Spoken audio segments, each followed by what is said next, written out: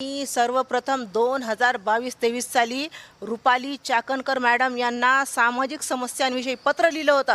त्याच्यामध्ये मी क्लिअरली लिहिलं होतं, महिलांचे लग्न झालेल्या महिलांचे अनैतिक संबंध बंद करण्यात यावे. याच्यासाठी तुम्ही कायदा तयार करा. तुमच्या हातात नसेल तर शासनाकडे तुम्ही पाठपुरावा करा.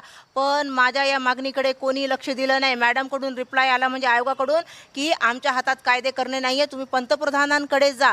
तर या खरात या प्रकरणामध्ये सगळ्यात मोठी चूक महिलांची आहे. आपला हिंदू धर्म काय म्हणतो, नवरा असताना स्त्रीला दुसरा कोणालाही गुरु मानायचं किंवा काही मानायचं तिला अधिकारच नाही. तिचा नवराच तिच्यासाठी गुरु आहे, तिचा नवराच तिच्यासाठी सर्व काही आहे. मग या महिलांना हिंदू धर्माची शिकवण नाही आहे का? फक्त स्वतःला नावाला तुम्ही हिंदू म्हणता का? तुम्ही गेलाच कसं काय त्याच्याकडे? उद्याला तुम्हाला कोणी, याचा अर्थ तुम्हाला कोणी पैशाचा आमिष दिला तर तुम्ही त्याच्याकडे पण जाता पैशासाठी, असंच होते ना. तुम्ही काय म्हणता, खरातकडे आम्ही पूजे अर्चेसाठी गेलो होतो, तर तुम्हाला अक्कल नव्हती का? हिंदू धर्मामध्ये कुठं आहे अशी, हे जे तांत्रिक विधी जी आहे ना, हे एक वेगळं शास्त्र झालं.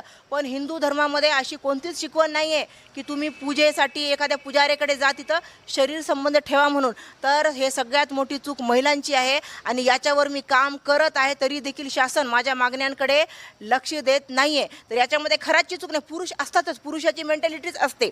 इथंच नाही तर प्रत्येक ठिकाणी जे असतात ना, पुरुष जे आहेत ना, महिलांवर नजर ठेवून असतात. पण त्या महिलेमध्ये एवढं हिंमत पाहिजे, एवढं तिच्यामध्ये गट्स पाहिजे, तिला कोणी जरी अशा प्रकारचे ऑफर करत असेल पैशाच्या, तुझे काम बनवण्याच्या, पद देण्याच्या, तर तिनं त्याच्या आहारी नाही गेलं पाहिजे. या महिला काय करायलेत, आपला नवरा ठेवायलेत.